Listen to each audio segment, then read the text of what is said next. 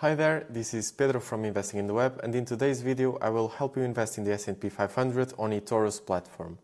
So the first thing that you need to do is of course to open an account and deposit funds. In this case I'm using my account.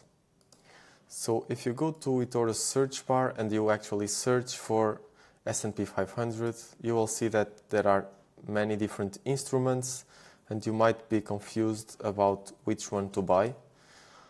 One thing to be aware is that some of these instruments are actually CFDs, so they are not the real product, because these are US products which are not available in Europe. So for that reason, eToro is, if you buy them, you are buying basically a CFD.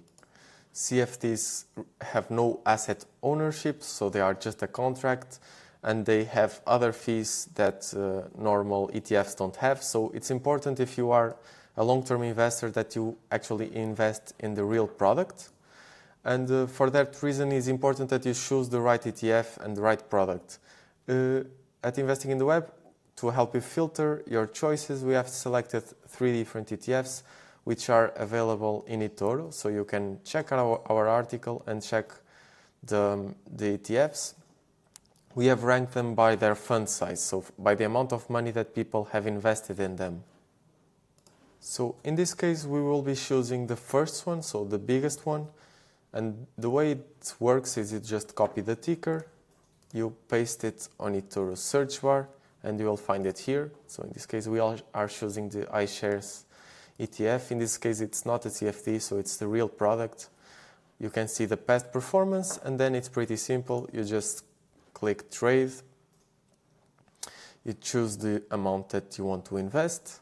Also the leverage, so we recommend also always to use just one of leverage, so this means no leverage, because if you put more than one, this will basically be again a CFD, so not the real product. So you just choose one in terms of leverage, you choose the amount that you want to invest, you can choose the order type if you want a market order or the limit order. This is basically the same, but the market order will find the best price available in the moment that you place your trade, and the limit order is a bit different, so you have to define the price at which you want to buy the asset, and once the asset price reaches your target price, it will fulfill the order. So after you define your limit price, the amount that you want to invest, in this case I don't have a trade button, but normally you can have a trade button. You just click the button and that's it, you are invested. So as you saw in my account, I did not place the order because we had already done that for the purpose of the article. So as I was telling you, you just click the buy button and you will see a confirmation image saying that you have actually invested in the product. And that's it. As you saw, it's pretty simple, and after that you are actually officially invested in the S&P 500. If you want to know more details and read more and be updated about this, you can always check our article on Investing in the Web, where we go more in detail. We go into what you should look for in an ETF, what are the fees that you will have to pay, and other details. So that's it. I hope you found this video helpful. If you have any comments or feedback, feel free to leave them in the comments below.